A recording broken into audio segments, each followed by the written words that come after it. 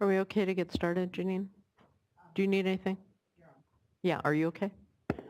Okay, good. Great. We're now, thank you. Sorry about the delay. We should have anticipated the last item would take longer. My apologies. We are now on item 7, I believe. Item 7. And hello, Mr. O'Hagan and Miss Owie. I will turn to you, or turn to Tom to turn to you. I can just turn straight to them, can't I? Great. Thank you.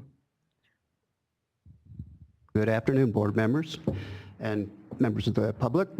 My name is John O'Hagan. I'm the Assistant Deputy Director for Water Rights. And to my left is Mariana Owie. She's a staff counsel for Office of Chief Counsel. And we're going to give a staff presentation on the item 7. The staff presentation that we'll provide will give background material on prior board orders, CalAm's Carmel River diversions under those orders, proposed changes to the CDO from CalAm, process, the application and revisions to the CDO they filed, and a draft resolution that was presented in the notice. And we also will provide some sample milestone probabilities and the comments that we've received on our noticing. In 1995, the board determined that CalAm was diverting about 14,106 acre-feet from the Carmel River with 10,730 acre-feet in excess of legal limits. By Order 9510, the board required CalAm to develop alternative water supplies and reduce its illegal diversions, which were harming public trust resources. The new Los Padres Dam was the anticipated water supply project. CalAm was also to maximize its use of the seaside groundwater basin.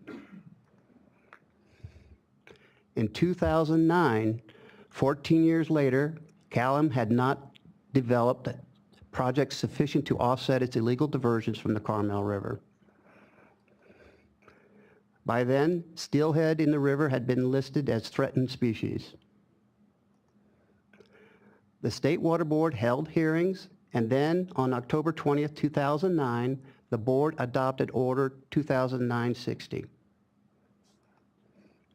At that time, CalAm's average diversion was 10,978 acre-feet from the river, with an average of 7,600 acre-feet per annum being unauthorized. So about a reduction of over 3,000 acre-feet since the 14 years.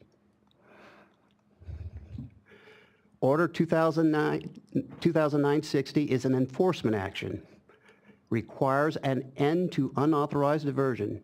It cannot act as authorization of otherwise unlawful activities. The CDO requires that CalAm terminate all unauthorized diversions and use of water from the Carmel River by December 31st, 2016. CalAm should develop water projects and implement water conservation solutions. CalAm shall reduce unauthorized diversions from the Carmel River on an annual reduction schedule until diversions are at their legal limit. CalAm's legal limit was identified as 3,376 acre-feet. In 2009, the board anticipated that the Coastal Water Supply Project, a proposed large desalination project, would be developed by December 31st, 2016. And that would be the primary supply for the peninsula communities. The board noted at that time that this was 20 years after adoption of Order 9510. Conclusions in the CDO. The board took notice of public trust concerns related to reduced flows in the river.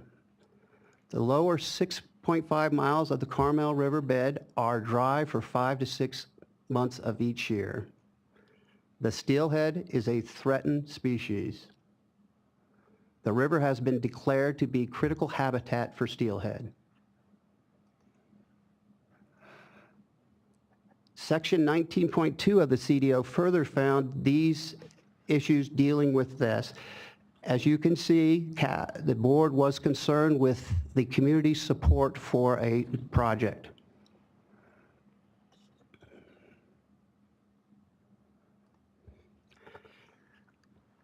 During the order period since 2009, CalAm has met and exceeded the CDO reduction requirements. As shown on the graph up above, the first row, second row is the CDO requirements. The second one is their total diversions from the Carmel River. And the third is the difference between the requirements and their actual diversions. And as you can see, they've averaged over 1,700 acre feet per year of reduction. I wanted to point out at 2015-16 at the bottom, the numbers in red, in those after 2015-16, which is this water year, which ends in September, the CDO required CalAm to go from 9,318 acre feet down to its legal limit, which is 3,376, and that's commonly referred to as the cliff.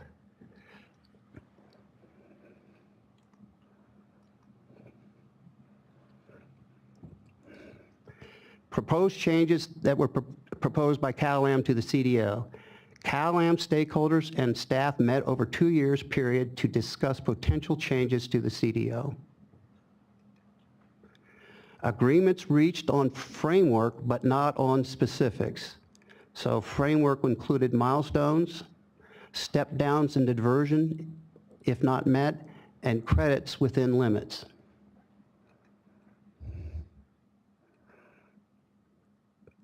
CalAm, together with the Monterey Peninsula Regional Water Authority, the Monterey Peninsula Water Management District, the City of Pacific Grove, and the Pebble Beach Company, submitted an application to amend the CDO on November 20th, 2015. State Water Board posted applications and all comments received on a website and imposed an ex parte communication bar. CalAm and the others then submitted a revised application on April 28, 2016.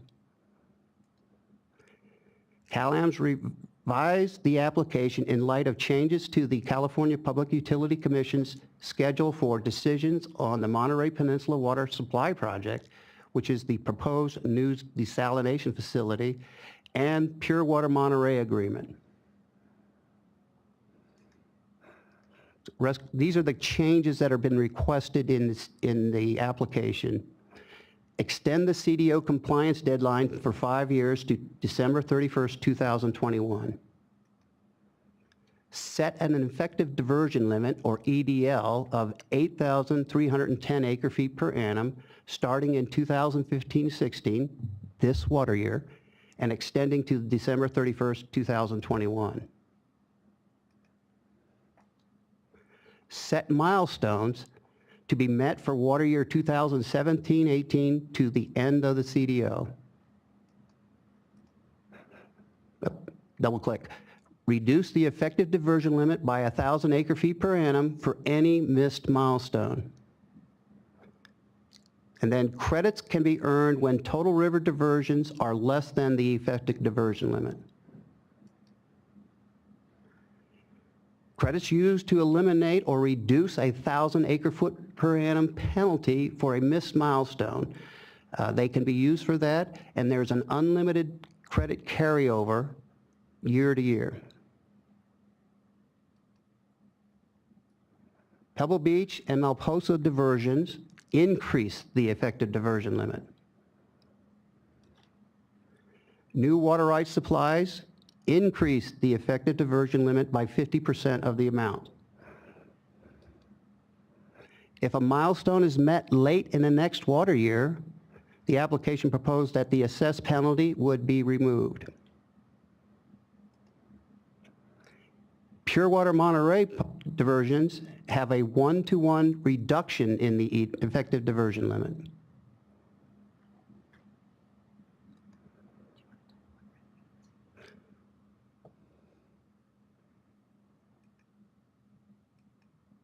Oh, sorry about that. Also in the application was to allow CalAm to demonstrate that the cause for missing a milestone was beyond its control. The board would decide at a board meeting whether or not to apply the 1,000 acre-foot reduction. Also, CalAm's diversion from the river for aquifer storage and recovery, or ASR, under permits that are in excess of 600 acre-feet is excluded from determining the effective diversion limit compliance. Oh, does it twice. CalAm proposes a cap on carryover credits that would be determined whenever the sum of the non-ASR diversion plus ASR recovery is less than or equal to the effective diversion limit plus 750 acre-feet. The Monterey Peninsula Water Supply Project, the new DeSal project, would be operational before December 2021. New reporting requirements were included, including the progress towards milestones and fishery reports. Notice it, this is noticing and procedures. Staff noticed CalAm's application on May 6, 2016, and received 16 comments by June 1st, 2016, for consideration in a preliminary staff recommendation.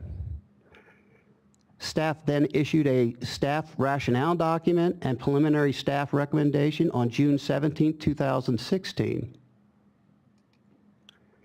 The State Water Board received a total of 93 comments by the end of June 13, 2016, which is the end of the comment period for the rationale document. All documents and comments are posted. Now I'll pass it on to Mariana for the next part of the presentation. Good morning, Chair Marcus and members of the board. We decided to mix it up a little because we have the late afternoon slot. So the next couple of slides go over the contents of the proposed resolution and draft order that's before you currently, and then highlight some of the differences between this order and the preliminary staff recommendation that was released in mid-June. This order adds 2 milestones for the Pure Water Monterey project, one for this water year and one for water year 2016-2017. Pardon me. The new application that was submitted in April was made in light of scheduling changes, and one scheduling change was by the CPUC was to delay consideration of the desalination plant. However, in a similar time frame, the CPUC made a decision to accelerate consideration of the Pure Water Monterey project. And so we wanted to track that progress with milestones as well. The highlights in red are the things that have changed since adoption of, since issuance of the preliminary draft.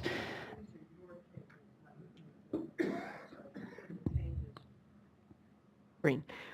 Changes from what you all proposed originally after reading this is what you've changed after reading the comments. Exactly. Yeah. Secondly, the proposed order requires that CalAm submit milestones that track different projects if such projects get approval from the CPUC for a water supply agreement that would allow CalAm to distribute such water in the CalAm service area. So this is in response to the comment that we were picking projects versus focus, just the ones that were current versus Yeah, for other projects. Exactly. There was a lot of concern that we were picking projects that for various reasons might be untenable, whether they're too expensive or technologically infeasible, and or otherwise simply unlikely to occur. They're sized wrong. And because we're not in the business of picking projects, we're in the business of assessing an application that had these, and we can sort of give them a once-over and say, yes, that looks like this timeline meets, with what you've done, and we don't see, any other agency raising red flags about the ability to get these things online at this point. But that doesn't mean we don't want to close off other potential water supplies that people have brought to our attention. The draft resolution, that should be, instead of eliminates, it should be amends the calculation of credit limits. That's a minor point. It establishes 8,310 as the initial EDL. It's hard to see that that's red, but that's actually a change from the preliminary draft. It sets that initial EDL as a hard cap on diversions. So that means that even with credits, more than that would not be pumped from the Carmel River under this CDO. So more pumping than that would be in violation of this CDO. It does not approve raising the EDL for the addition of small projects, and this is based on the information in 19.2 that John went over before in 2009-60, basically talking about why you would want to limit the diversions and apply new sources to lowering the unlawful diversions rather than applying them to increasing pumping. This order does, however, allow generation of credits for up to 50% of in-stream flow agreements. So small projects, the credit concept is a way to provide incentives for projects outside of these larger ones that are tracked by the milestones. And in-stream flow agreements also provide significant benefit to the river, but because they aren't actual water rights and they don't affect an amount of diversions, they don't give CalAm additional water to distribute, they can't be credited towards generating credits for unlawful use or lowering diversions beyond what we hope in the milestones to be able to do. And so this is a way of providing an incentive for in-stream flow agreements. I'd like to better understand. And so the credit is applied to what? So the credit would be applied to, for example, a forbearance agreement. So if a water right holder, let's say a riparian water right holder, agrees not to divert in such a manner that will actually increase the amount of flow in the river, without this incentive added, there would not be a way, there would not be an incentive for CalAm or for any other local agency to pay to have someone not divert this water. So the riparian right can't be transferred. So CalAm can't just say, okay, we'll use this water instead, and what we would have pumped, we will, it'll be shifting off the unlawful diversions. Does that make sense? Okay. The new order clarifies that the limitations on new connections and increased use should not be interpreted as requiring that people maintain the extraordinary levels of conservation that they had during the drought. And it does this without amending the text of Condition 2, which was of concern for a lot of people. And so what we did was we put this explanation in a narrative adopting the order rather than actually amending the text of Condition 2. Before you leave this, on the second bullet, the idea of alternative sources of water that aren't in the milestone table, the language is at footnote 17 that really creates this. It's sort of next to the word milestones right at the top of that table. on. Let me pull up the proposed order. I have my That's notes just for open up. everybody who's following this, is that the specific language that has been inserted in response to the comments about, you know, the specificity of what water supply alternatives eventually come about to reduce unlawful diversions from the Carmel River. I see this as footnote number 17. Yes, that's under footnote the 17. milestones. So for those who want to see the specific language. Thank you. And are you going to explain why staff increased the initial EDL? Yes. So these next slides take some of the red highlighted text that I think was of greatest concern to the board, since we've already talked about a lot of it. So the first thing is the increased use ban. And in the preliminary staff recommendation, staff was looking at the interpretations that we have provided and the text of condition 2 and trying to think, well, if condition 2 is going to be applied in the future for another 5 years, are people going to feel that they're bound to look at, in determining increased use, are they bound to the extraordinary conservation measures that people have taken during the drought? And we wanted to clarify that that was not going to be the case. Unfortunately, in transcribing the text of interpretations that we've provided before, we missed 3 words, which created actually a new method. And people were very concerned that we applied actually a more stringent interpretation of what it means to have an increased use, as opposed to clarifying that we weren't doing something more stringent. And so given the level of concern that was generated about this and the availability of a narrative in the order as opposed to in the preliminary draft staff recommendations, we decided just to simply be silent in terms of any amendment of condition 2, but to add language to the narrative portion of the proposed order that clarifies that the intention of moving forward at this point is not that people be held to the drought levels of conservation. So we didn't want to penalize people who had done the best in terms of meeting the extraordinary drought emergency.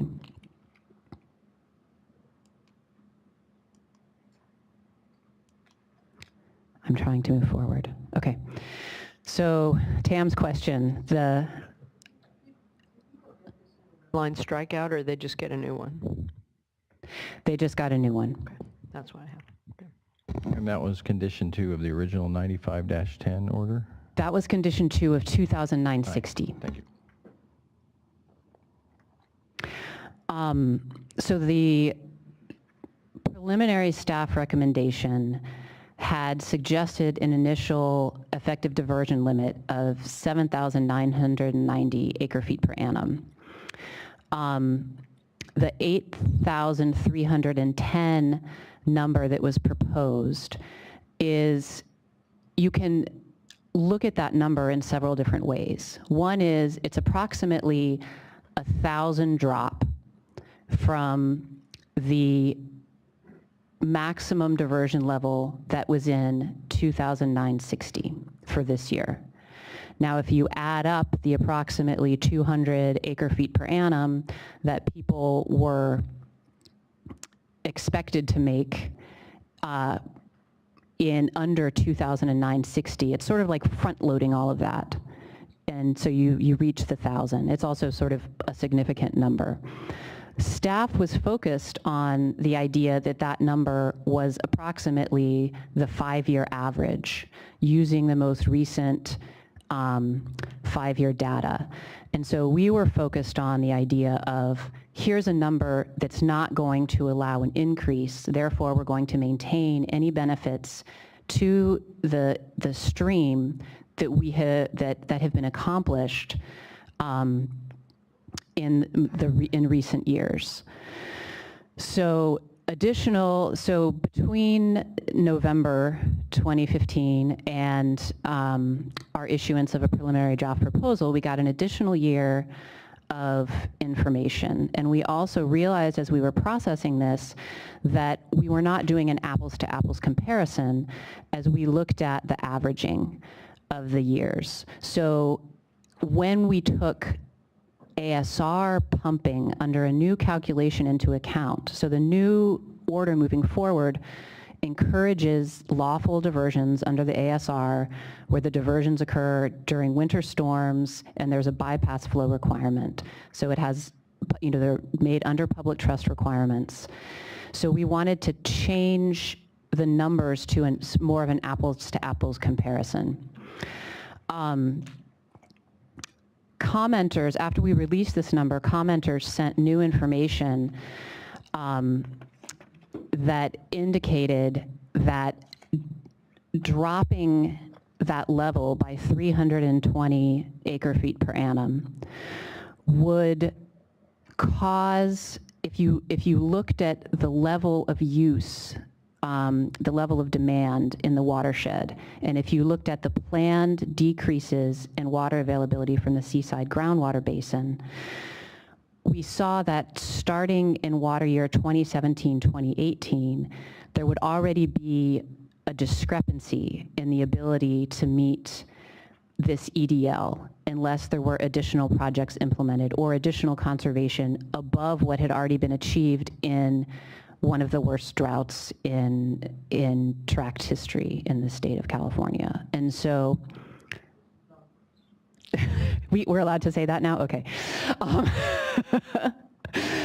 And so, because we felt like that shift, while it's certainly not impossible for people to tighten up more, we felt that the idea of having the stepstones was that people would focus on getting these larger projects underway rather than focusing on these smaller projects that could provide this incremental value.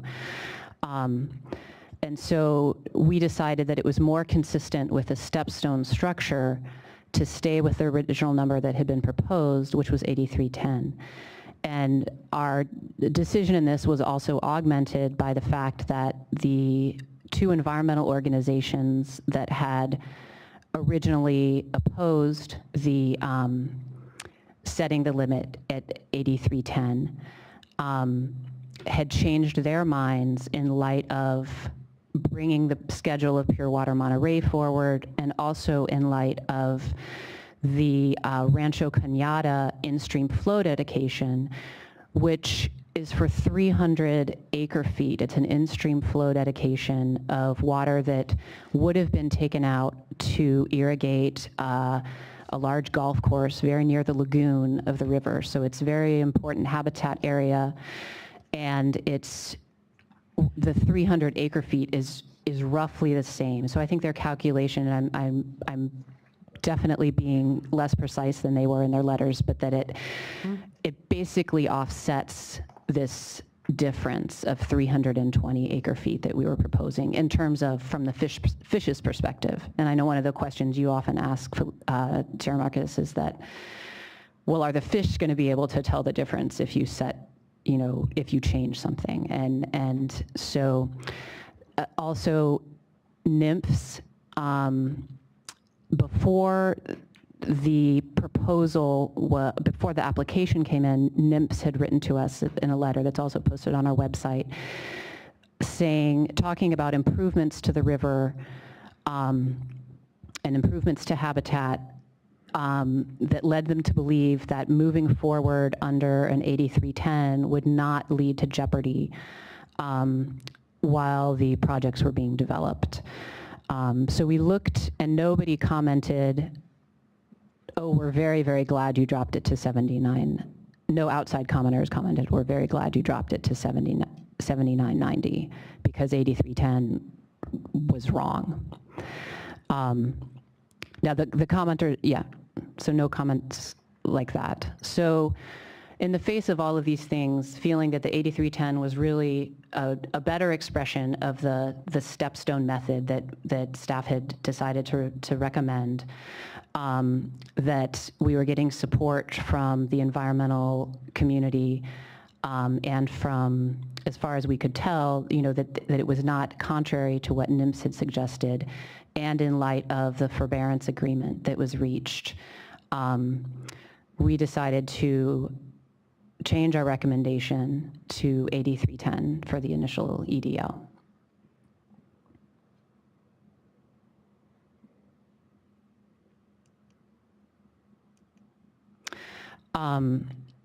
We were also requested to change the date of the first milestone, which is CPUC approval of a water purchase agreement and of construction of certain facilities, to enable Pure Water Monterey project to deliver up to 3,500 acre-feet per annum of recycled water in the the CalAm service area.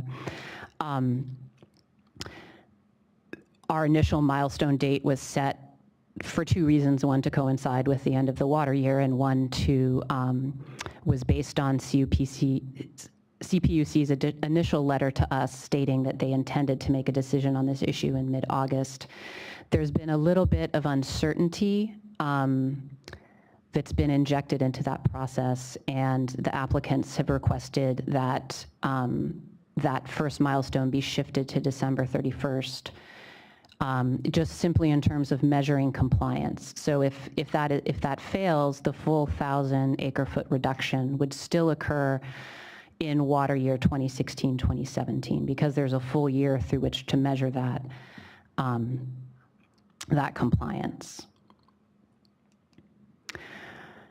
As we discussed briefly already, the preliminary staff recommendation simply rejected the idea of increasing the EDL for in-stream flow projects and for additional small water projects. We added nuance here, sort of in light of comments received, and also in light of really wanting to find a way to provide some kind of incentive for those agreements that didn't increase the amount of diversion coming out of the Carmel River. And then here, this is about the footnote that was... Make a point there. Sure. That's because the whole thing is an extension on a compliance order Yes, of an illegal, yes, right, diversion. That's why you're not just trying to be tough, but you need to think about each of these things, and the cap is your hard line. absolutely. And so because, we want to incentivize ways to move the community off the river, but we don't want to incentivize any increase in pumping, and we want to incentivize potentially costly things like in-stream flow agreements to protect the fishery in the meantime. So if the milestone in the table in the draft order is not met by December 31st, then the effective diversion limit becomes 7,310. Exactly. And this may not be exactly the moment to announce it, but we do have staff from the California Public Utilities Commission available if you have questions about that process or about our various roles in diversion and use of water on the peninsula.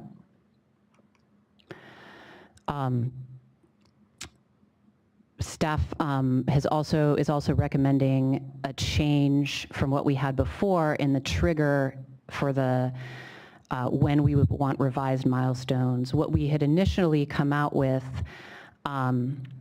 in rather a short comment period was upon CPUC approval of 2 desalination facilities that are currently undergoing CEQA review, and they're both in the Moss Landing area. And originally, we we received comments about those facilities and wanted to have a footnote that addressed them, but it misstated CPUC's authority. So CPUC, and please, clarify at some point if I'm wrong. My understanding is that the CPUC would only have authority over these projects through regulating Cal-Am. And so it would have to be through some sort of trigger that involves Cal-Am, such as a water purchase agreement. Additionally, we received comments that there is potentially a great deal of untapped water recycling capacity in the Salinas area. And so we wanted to change this footnote to be somewhat more general so that the trigger could be not only for a desalination plant, but that any other alternative water source that's greater than 1,000 acre-foot per annum could trigger sort of recalculating the different milestones. And now John's gonna take it back to walk through some of the sample milestone possibilities. Okay, we were trying to give the board some ideas of what happens if a milestone is met or not met. As you know, there's many variables here, and the credits could be one aspect of it, and then if pure water comes online, how much that water pumps. And then the ASR pumping is another thing that is really unknown, but it can be quite a lot of water. But in this scenario here, the blue indicates that's the starting of the amounts that they're allowed to start, and green means they've met milestones. So just to give you an idea of the color coordination. And then on the table and the timetable down below, this assumes that all milestones are met. So the 8,310 acre-feet is allowed to be diverted throughout the life of the CDO. However, keep in mind that if pure water comes online, which has a potential capacity of 3,500 acre-feet, then that 8,310 would be reduced by 3,500 acre-feet. So it would be 4,810. Their EDL would be 4,810 acre-feet. That would be really there, depending on how much pure water pumps. And also keep in mind that their legal limits is 3,376 acre-feet per annum. Another scenario here would be that pure water goes online, and the Monterey Peninsula Water Supply Project doesn't. So as you can see, there's in fiscal water year 18-19, there's a 1,000 acre-foot reduction, 19-20 another 1,000 acre-foot reduction, and 2021 another 1,000 acre-foot reduction. But that pure water, depending on what it is, would reduce that even further.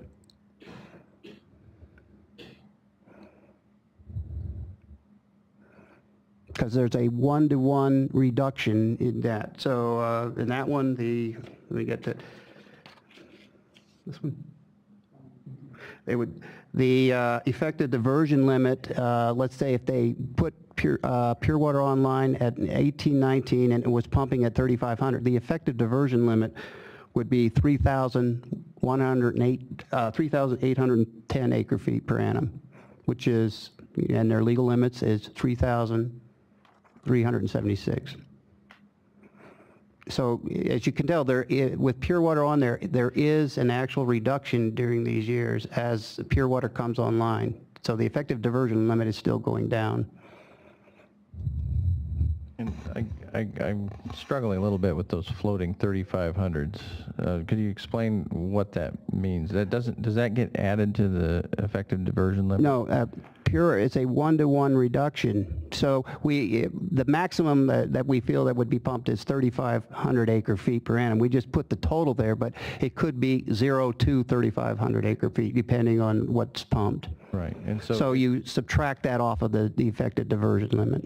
Okay, so you could put another column here that would then have the subtraction product. And, Correct. And it ranges from 0 to 3,500 depending on the specific production. So the diversion, still a little confused. So it isn't adding the ability to divert more. It's actually reducing it because you're diverting. Okay. Whatever's in the parentheses, you would subtract off, but red. whatever, yeah, the red subtract. Good. I guess I should color code it. Red subtract. Okay. And just to clarify, so the application has stated that they expect the Pure Water Monterey to be online in the first quarter of 2018. So that's why we're starting to add the note about the Pure Water project in 2018, 2019. And also just to further note, for water years 2019, 2020, and 2020, 21, the effective diversion limit would be simply the legal limit of their diversions. So it wouldn't continue to drop, like they wouldn't have to go under 3,376 at any point. I'm not sure this has helped my understanding. I thought I understood it before. Are you trying to make the case here that there's these things happening make a difference? So that you're showing progress towards getting off the river? Right. We wanted to show that with the development of these projects, either project, there is a reduction in the amount that's going to be diverted from the river based on whatever pure water pumps. And then even if the desal project doesn't go online, the effect is there. And then the next slide would be if pure water doesn't go on, you would see the difference. So in this case, if pure water isn't developed, then these would be, the reduction would occur the first year, and then they would be at, and if the desal goes online, they would be at 6,310 acre feet because there wouldn't be a one-to-one reduction in the effective diversion limit. So this is an attempt, given so many different variables out there that can affect what the diversions from the Carmel River would look like under this sort of new comprehensive plan moving forward. It's an attempt to show, okay, if everything goes as planned, what are people going to be able to pump from the river for the next 5 years? If one of the projects move forward and the other one doesn't, what is the pumping level going to look like from the Carmel River? Well, that makes sense looking at the first slide because it's green light for everything. But then the EDL would be reduced. Be 4810. So what's the Right. incentive then to develop both? Because under the third slide, it's 6310. So in the third slide assumes that the desalination plant will be built, and so that will provide more than 6,310 acre feet. So we're still, even though there isn't 1,000 acre foot drop every year because they've started meeting the milestones in year 3, there remains a new water source. And so that water source will provide more than 6,310 acre feet. Isn't that the same assumption in the first slide? That the desal facility proceeds? Well, excuse me, there you go. This slide here, Right. that's if both go online, but again, we're speculating on how much water they would be able to produce in each year. So we were just trying to get an idea on a best case scenario, and then what if one of the projects doesn't get online on time at its capacity? Right. Or something else? And there's something else in between. Keep in mind, there's also the ASR project that is running at the same time as this, which is also reducing summer diversions from the river by recovering the water that they have pumped into ASR storage. So this is showing the effect on the effective diversion limit. Effective diversion limit. Not meeting specific milestones, and then how pure Pure Water Monterey additionally modifies the effective diversion limit because of the practical reality that diversion from the river can be reduced by a commensurate amount. So with the,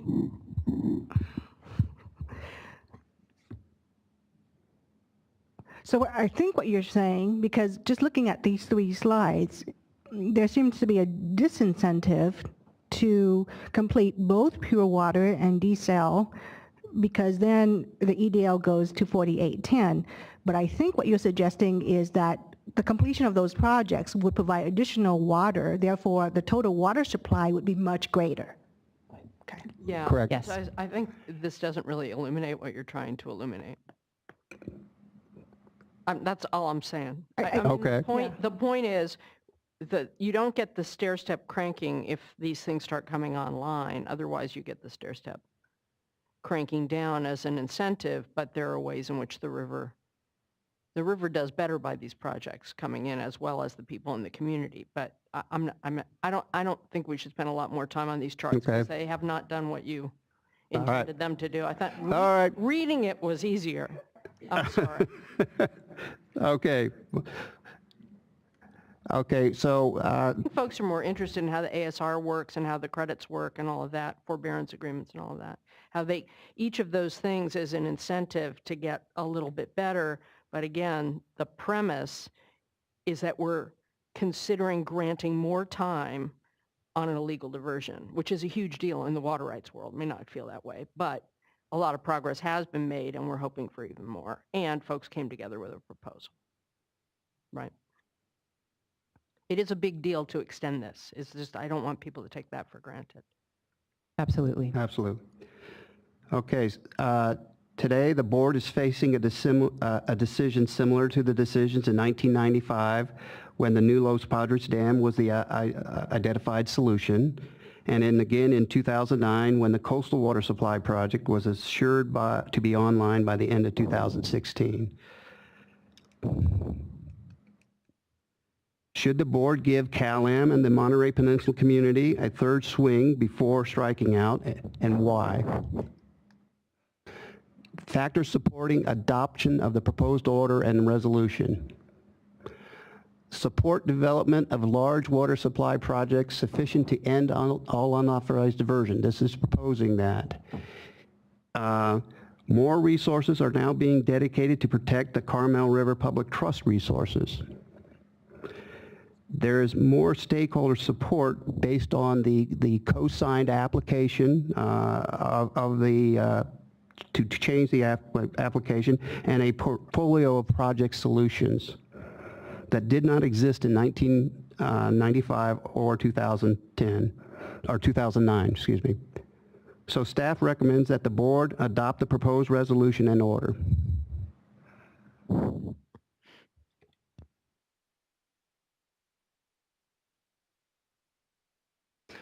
So we have we received, as I said, a lot of comments and summaries.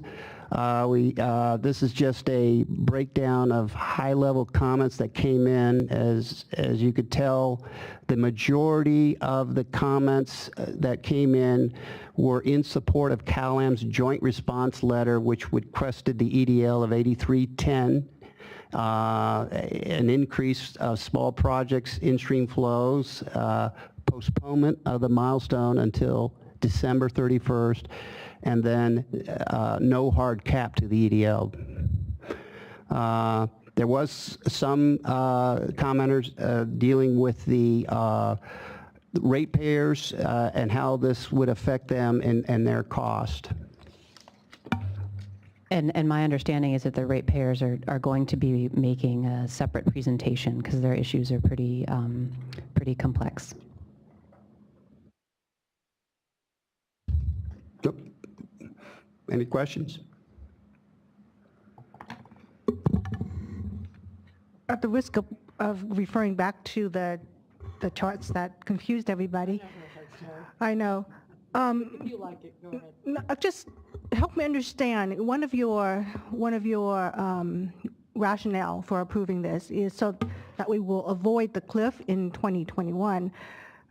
Isn't that assuming that everything goes well because if you look at some of the 3 slides that are there will potentially be another cliff in 2021 if all of a sudden they had to go from 6310, for example, to 3300 or so.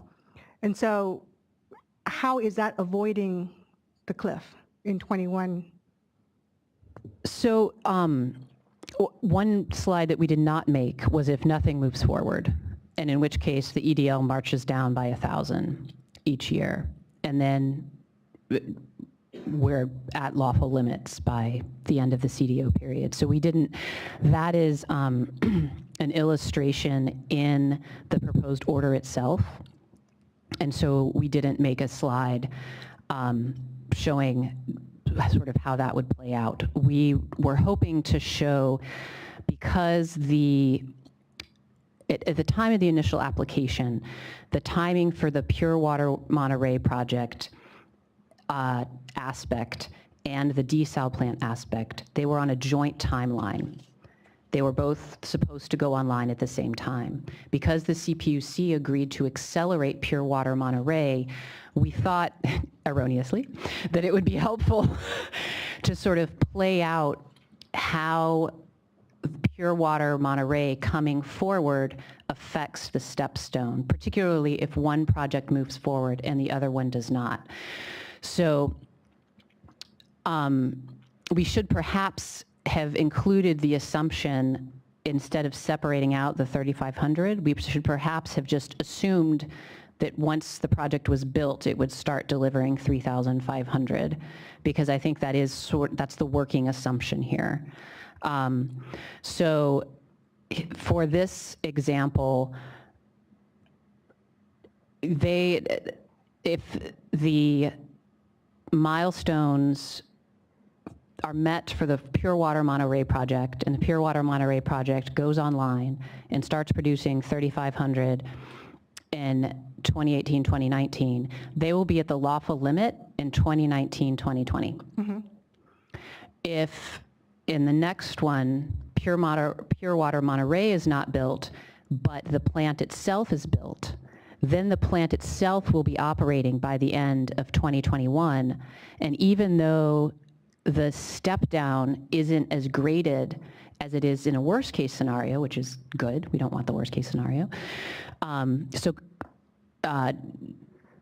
Pumping from the river would have continued at this level of 6,310 acre feet until it's replaced by supply from the desal plant, which is scheduled to occur in 2021. Does that help? It did, thank you. Okay. Yeah, so if you have the next year down, Yes. And I know that it's the practice of the board to not bind a future board potential action. Mm-hmm. But having been here in 2009 and never thinking I would be here for this,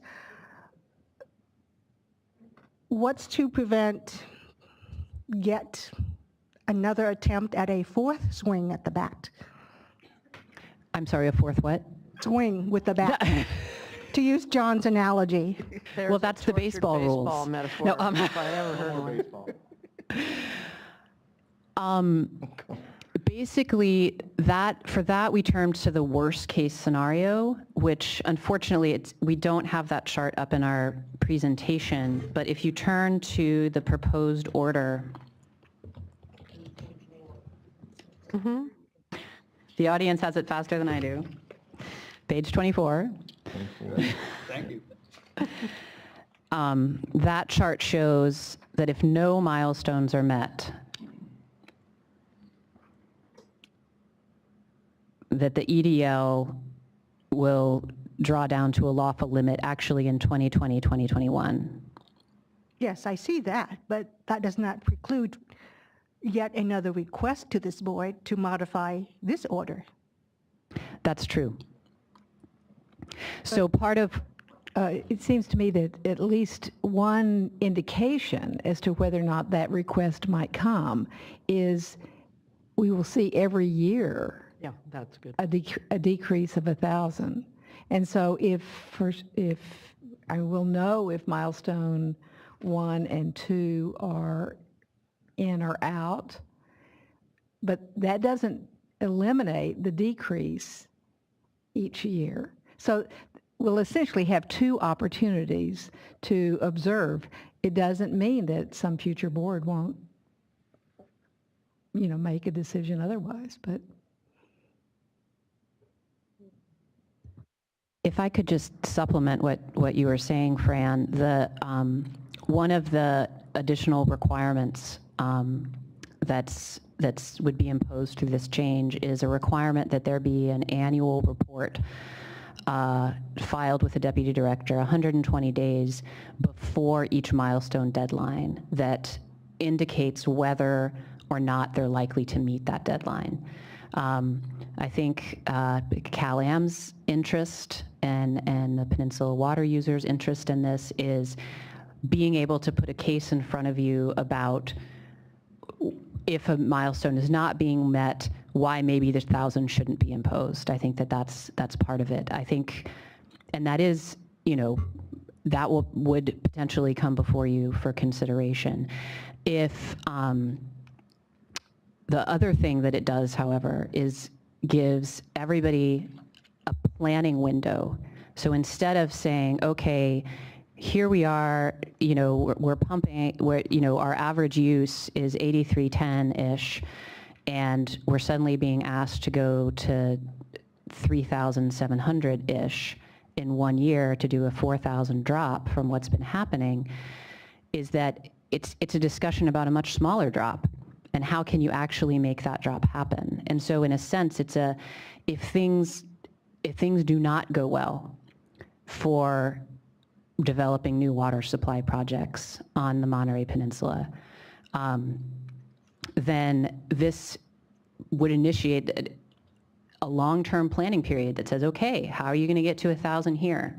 And how are you going to get to 1,000 here? And how are you going to get to 1,000 here? To address that concern. Now, I can't tell you that somebody's not going to come and, we won't ever be faced with this again because you can't control that, but that's, We're trying to do a stair step rather than setting up, just extending the cliff. The cliff is the hard one because it requires those big projects. right. So that was part of our hope and sort of, oh my gosh, here we are again. Why would we think that this is going to be different? And that sort of went into that. And I would think we'd see if we are in that, or the community's in that unenviable position of having the 1,000 stair step downward. We're going to see how the community performs in terms of conservation and these other reporting requirements. Yes, and I think it would also give enough lead time for not only conservation matters, but also for other, water supply projects. Is there another wastewater treatment out there plant out there that could add some discharge to existing facilities, or that could begin recycling water? And is there another water user out there who would be willing to forego supply or to sell to CalAm, either in the long term or in the short term, to address these needs? I think having a less overwhelming goal with a longer planning time frame makes these things much more manageable. And you made the point that this embraces more of a portfolio approach, and this recent change with the footnote on the milestones broadens the portfolio possibilities. So I think that's a difference than the last time where everything, it was an all eggs in one basket type vision, in both previous iterations. It does seem to be a evolution of thinking. But I'd like to go maybe just real quickly, the question we haven't discussed this yet, and this came up a lot in the comments, more about on the accountability side of the discussion and the issue of fines. And on page 11 of the draft, you discuss, under drought conditions, the fines would be more severe in a violation of a CDO. And so and then there's a real concern out there in the people who live in the peninsula that these fines would just get translated down into the water rates. And you touched on the issue a little bit, saying this may be, outside of what the state board, water board can dictate as far as where fine money would go. But you did talk about it going to the Water Rights Fund. So I just would like you to maybe make some comments on that, because I frankly, when this was being worked out, of course, want this to be collaborative, but this is a missed deadline on a serious matter, and I, would have been open to discussing stipulated penalties on this matter. But short of that, what assurances do we have, besides the stair-step, diversion limit, more positive incentives, what negative incentives are here for us? If we see diversions exceed the 8310, would we consider ACL type actions? And then what assurances can we give to ratepayers that they won't bear the brunt? And I will also ask for input from the colleagues from the CPUC on this matter, but it is my understanding that we have no control over that. That is what expenditures that CalAm makes are statutorily, it's designated to the CPUC what in that could be transferred to ratepayers and what cannot. And I did try to do a little bit of research to see, is there a statute, is there a regulation that says, oh, penalties are different and they're treated differently? And my quick review did not find anything that said that anything was off limits for the CPUC to make a determination on and sort of through their process. I don't know if they want to add more about that. It's okay if you can make it part of your comments or discuss now. I'm open to what the chair would. Oh, okay. Yeah, why don't you just, why don't you just introduce yourself and explain, and we get to it. We do have a whole presentation on it. I'll have some thoughts. My name is Jason Rieger. I believe this is on. I'm from the California Public Utilities Commission. I'm Assistant General Counsel there. For having me here to help out. You have to get a little closer to it. Okay, sorry, I also have a cold, so I don't have a very strong voice. And you're right tall, which makes it and harder. I'm tall. In terms of ratepayers and fines, that, in my understanding, would be a decision for the commission, the California Public Utilities Commission. It would be your call as to where those fines or dollars went, how they were addressed. That would be your process. But as to who pays it, whether it would be the company, its shareholders, its ratepayers, that would be our process. That would be a process before a judge at the commission with due process, with opportunity for parties to get involved, for people to argue who should pay, who shouldn't pay, what codes are at stake, what legal rights are at stake. So I can't say how that would turn out, obviously. No, it's the heart of what you do. Right, but there is a process involved in that, and everybody will have a seat at the table if they want one. Thank you. If I can just ask one clarifying question for that, Mr. Rieger. My assumption is that if the Water Board were to impose penalties down the road for a missed milestone or some other non-compliance with the cease and desist order, in the first instance, it would be California American Water Company that would have to make a decision whether they wanted to initiate a proceeding before the PUC to recover that from its ratepayers, yeah, that's right. and instead it could absorb it within the corporate entity. Is that correct? That is completely correct. Okay, thank you.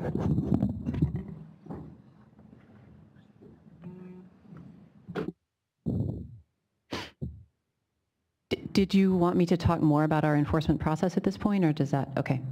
I think that was a good response to my question, and I'm sure there'll be more discussion. No. Other questions before we move to the first presentation? All right, thank you for setting the stage. I know you're not going to go anywhere, so we'll be able to engage as we go.